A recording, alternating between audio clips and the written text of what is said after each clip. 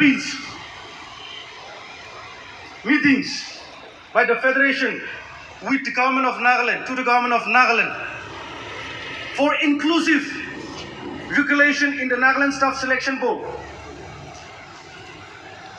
The government of Nagaland have turned deaf to our appeals, to our voices, which is not only for a section of Naga society, but the aspirants of the entire Nagaland state.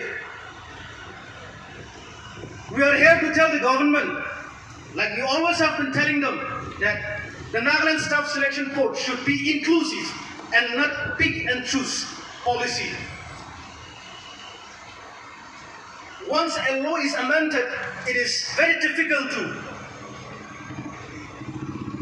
go back and check what has been done and what has to be done, what needs to be addressed. Therefore, it is our sincere appeal to the government of Nagaland. We have been appealing. However, as I said, they have always turned their ear to our demands. This is my sincere appeal and approach towards the Federation's demand for justice to be delivered to the aspirants of the Nagaland state, wherein the Nagaland Staff Selection Board, mortality strength, have undermined and also set an injustice regulations for the aspirants. We are here to show our resentment and demand for inclusion of the exempted posts and departments under Nagaland Staff Selection Board. While welcoming you all, NSSB. Therefore, I will briefly brief all of you. Therefore, I request all of you to give your undivided attention.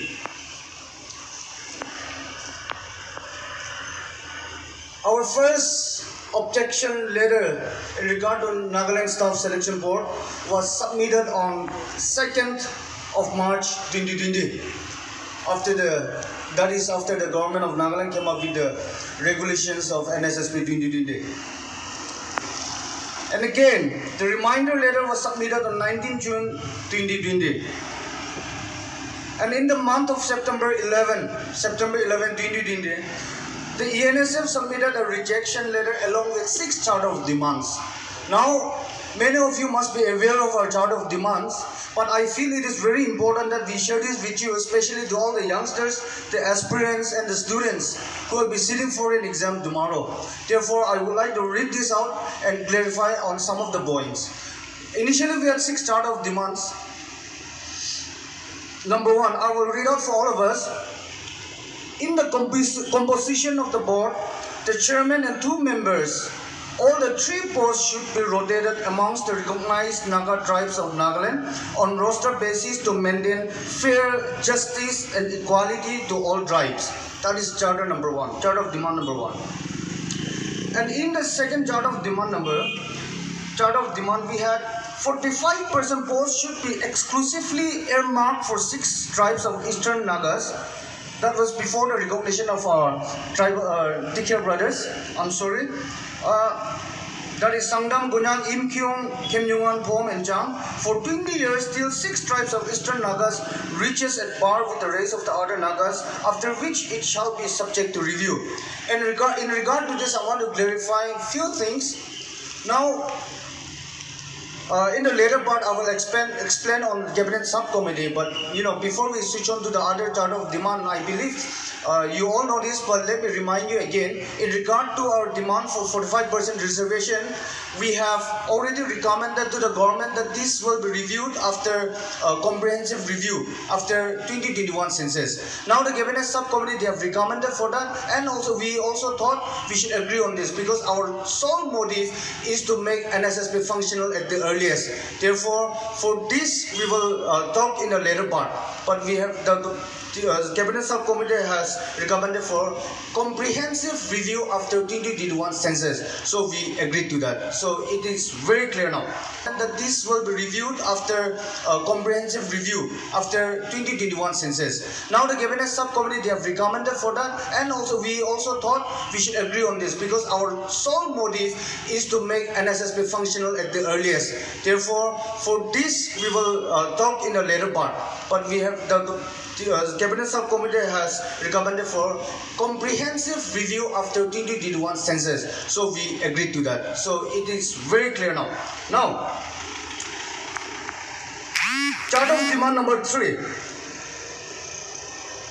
The reason why we are standing here, the reason why all of us are here today is in regard to our demand number 3 and 4. Therefore, I want all of you to listen very carefully.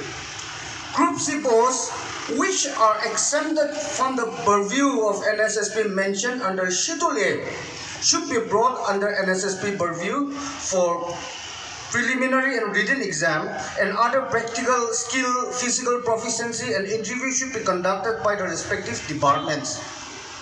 Number 4. Recruitment to the post of constable, fire constable, warder, female warder in the police, prisons, Nagaland Lokayukta, NPTO, Home Guard and Civil Defense, and Department of Fire and Emergency Services, Excise and Forest Guards in the EF and CC should be brought under NSSB purview for preliminary and written examination, and other practical skill, physical proficiency and interview should be conducted by the respective departments. So these are the two genuine demands that are levied. Today we are demanding that. Now, number 5. Examination centers for preliminary and written exam should be in all the district headquarters that the cabinet subcommittee has recommended. Number 6. Penalty provision to defaulters, departments or concerned officer who fails to recommend the Group C level 3 and 7 vacancy post to NSSB. That also the cabinet subcommittee has recommended. So this was our 6th chart of demand, and this remains the same. Now, Cabinet Subcommittee was constituted on 29 September 2020, headed by Deputy CM as convener, purely to discuss the charter of demand placed by ENSF. We should all remember this. Just to discuss, purely to discuss the demand made by ENSF. After that, 7 days ultimatum was served on 18 November 2020, but there was no positive reply.